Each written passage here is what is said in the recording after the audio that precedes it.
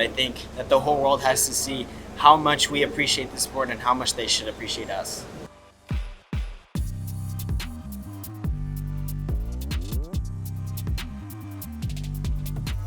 All right, just first impressions of the ice venue here. Just welcome to St. Louis. What do you think?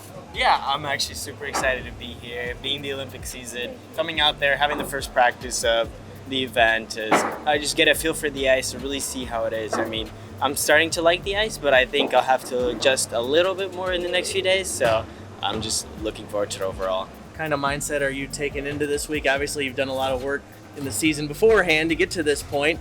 Just your mindset for this particular event.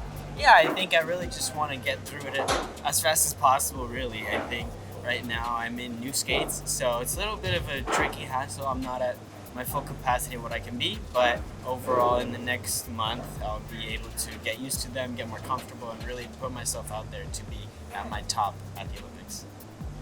What's that look like for you? Peaking at the right time, peaking at the Olympics. What have you done over the last 6 months or so to make sure you do peak at the right time? Yeah, I think a lot of it just honestly taking my time and not really rushing through the training process, really just not overworking, not putting enough stress on myself, or really just trying to anything to limit all of those unnecessary things that can happen. Just trying to play it safe, have my own steady pace, and really just know when the right time is. There's a lot of folks. There's a lot of folks coming to town that are going to be competing in this. That St. Louis is going to be excited to see. That are going to become household names in a couple of weeks.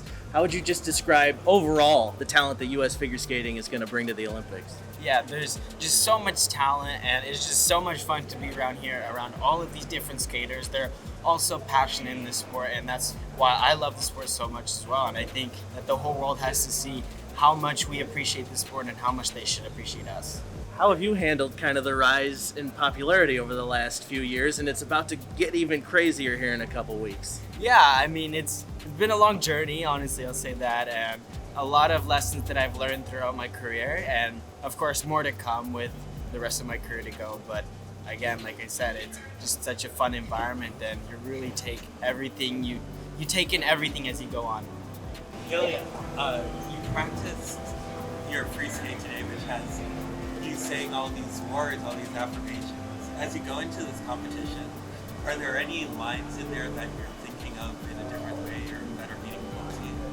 I would say that the whole program itself is really meaningful. With having my own voice in my long program is just something that I wanted to show to the world that it's a staple, and this is something really emotional, really meaningful to me to be a skater, and really just show everyone that they can become a better person, whether they put in all the time and effort to go through all their battles, all their scars, and really traumas, experiences, just to get them to the right mindset to become the best version of themselves. You've done things in this sport that have, opened some eyes to what's capable on ice. Why is it important to you to push the boundaries of what can happen in figure skating? Because I think that's a really good way to bring popularity back in this sport, is when people see that we're out there trying to do our best, putting all of these world records, numbers out there, people really get interested and they see, this guy broke a world record, so let me check it out. It's kind of, I feel like it's a more natural reaction to people when they see this. They're really interested to see what it's all about. On that note, here is the Quad Axel stands this weekend, and is this a little bit of a testing ground for Milan itself? I mean, this is definitely a testing ground for Milan, and as I like to when I come into these competitions or when I'm at this feeling, I really just try to test it out as the time goes. So I'm really just going to take it one step at a time and see how I feel for the competitions. Is that so game time to see I'm actually really good. Yes. Ilia, Sarah Everhard from home ice back home in Virginia. She'll be skating tonight. I know it's her first time.